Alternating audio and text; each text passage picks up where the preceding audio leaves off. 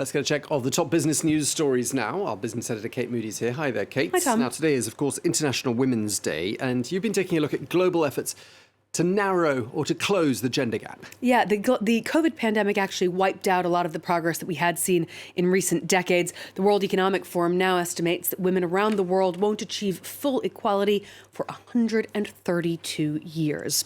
That's partly because women have traditionally shouldered much more of the care burden.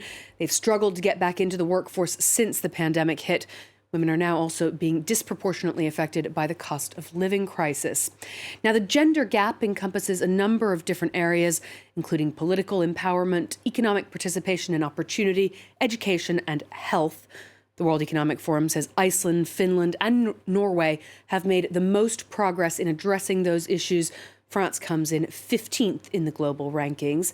In terms of pay, French men still earn about 16% more than French women. That puts France 16th in terms of closing the gender pay gap. Well, the theme of this year's International Women's Day, selected by the United Nations, is digital inequality and how innovation and technology can empower women and girls and contribute to economic growth. I've been speaking to Delphine Rémy-Boutang. She's the founder of Digital Women's Day, or JFD, about supporting female entrepreneurs in the tech sector. I think education is key.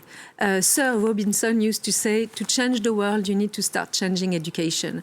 And I think you need to start really from the beginning to start with changing education and increasing young girls to be interested in those new,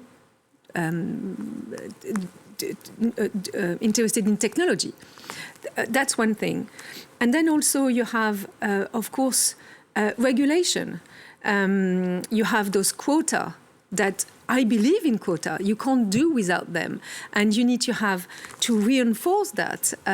So education, regulation, investment, and role models, showing women who are succeeding, showing the difficulty they have, but also the success they have. And that's very powerful for other women.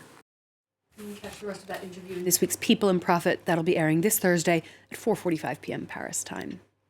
Well, when discussing gender equality, activists repeatedly point to the importance of affordable childcare, an issue that, again, disproportionately affects women in the workplace. In the UK, where inflation still stands over 10%, the cost of living crisis has further increased the burden on caregivers, who often have to give up their careers as a result. As the United Kingdom teeters on the brink of recession and the cost of living crisis shows no sign of letting up, millions in the country are feeling the crunch, not least those with young children. Louise is a mother of two and has taken what she considers a step back in her career in order to be able to afford childcare. I was a charity shop manager of 12 years until very recently, last week. I have now switched to a cleaning job at the minute, which isn't a job that I choose, but it just offered that little bit more flexibility. It paid a little bit more. I do feel a bit like I've put my career on hold since having children, based on the cost of childcare, basically. The average annual price for full-time childcare in England for a child under 2 was more than £14,000 last year, or nearly €16,000. That makes Britain's childcare among the most expensive in the world, according to the OECD, taking up nearly 30% of the income of a couple with 2 young children, only behind Switzerland and New Zealand. The government says it has spent more than £20 billion in the last 5 years on helping with the cost of childcare, but many say that they need to be doing more. Parents cannot work without good quality, affordable childcare in the same way that they cannot work without a functioning transport system. It is the same. So we have to see the government invest in this in order to get more women back into the workplace. With a general election expected next year, the opposition Labour Party views childcare as a key battleground, pledging to transform the sector, including fully funded breakfast clubs for every primary school in England. Well, it's easy to think that breaking the glass ceiling is the ultimate goal, but some of the world's most powerful women are giving some insight into just what that means for them. The managing director of the International Monetary Fund, Kristalina Georgieva, has told CNBC that she always worked twice as hard to be seen as equal to her male colleagues, while her predecessor, the current head of the European Central Bank, said female leaders are often more prepared for meetings. Christine Lagarde, who was speaking at a forum along with Ngozi Okonjo-Iweala of the World Trade Organization, said that both public and the private sector can benefit from more female leadership.